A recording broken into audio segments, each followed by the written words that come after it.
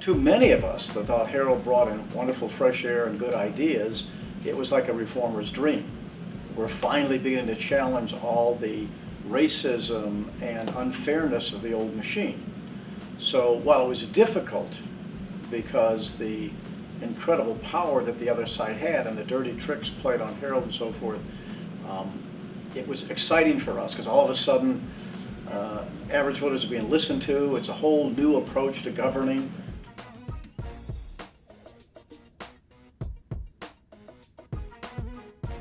One is he brought a citizen action like we've never seen in the city of Chicago. That it was good because we would look at why don't people vote more, why don't people pay attention. While Harold was mayor, it seemed like almost everybody paid attention.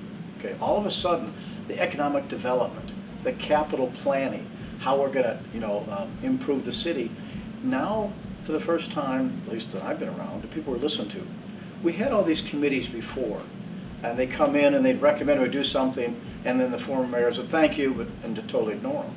All of a sudden there was this vibrancy. People came in. Community development block grants. That's money that we get from the feds, and it's money that we have some choices how we spend it. And there were these big debates, and people came in and experts testified, and they finally used it in much more constructive ways.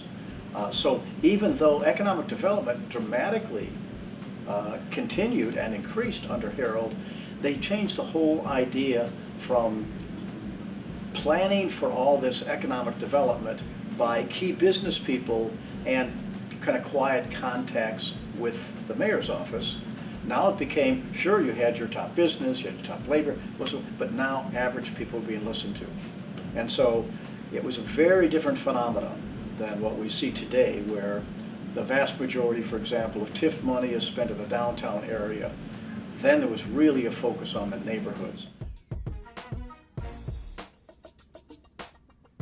Harold was, first of all, very smart. He was a character. He could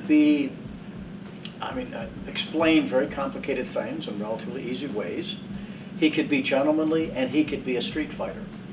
Okay, he grew up with the machine, but he always was smart enough to try and keep advancing what he felt was kind of a reform agenda. And he didn't buy into some of the old politics.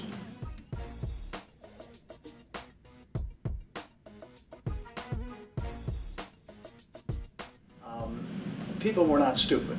If you travel in the 47th Ward, up in the northwest side, the parks are beautiful. It seemed like someone was out there, just clipping every single piece of grass. But you travel through many places, particularly in the African American community or the beginning of the growing Latino communities, and you'd see that swing's not fixed. Everybody knew it was favoritism. Okay, so that began to change. Okay, so all those things, really the theme wasn't just anti-machine or anti-patronage. It was mostly we have to help average people. We have to stop what the machine did best, help the few who had more influence and power, and then ignore everything else.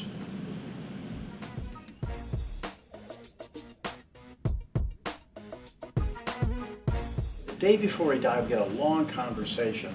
And what's important about it is remember, Harold was now 6 months into his second term. He obviously had more power. He was a significant influence nationally, but lots of reformers, well, come on, we got to do this, we got to do this, and people, just like with Obama later, well, how come we can't get more done? That was kind of the conversation. And what Harold was saying to me, and then hoping that I would take back that to others, is you always have to understand, I can't do all of this stuff myself. I can't use all my political capital for all the things that people want. You guys all have to stay active. You have to continue to build and maintain a political network, and you got to make the calls and all that. So it's just interesting that the day before he passed away, he was thinking about what else could be done, because he was smart. In other words, knowing how you have to use power. But it's a good lesson, because often what happens when somebody you like wins, you think they can do it all. Well, they can't. There's enormous pressures against someone trying to bring about change, particularly in a place like Chicago, with its history of favoritism and corruption and racism and who gets what.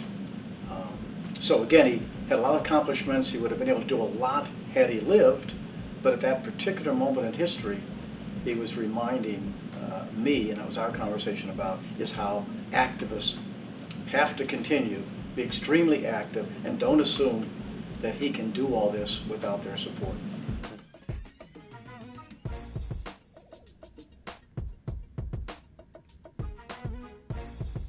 He was an amazing reader.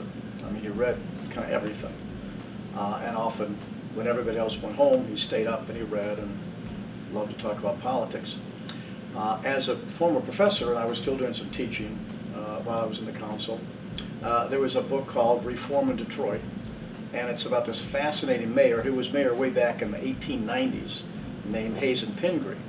And I happened to be carrying the book, and Harold says, "What you reading?" I told him, I said, "It's about my favorite mayor." So Harold grabs the book, and so what do you mean your favorite mayor? Grabs the book, I swear I see him 48 hours later. Okay, he's already read the book. He's asking me questions about this Hazen Pingree. Anyway, the laugh was, okay, now, who's your favorite mayor, David? I said, well, okay, Hazen Pingree is my second favorite mayor.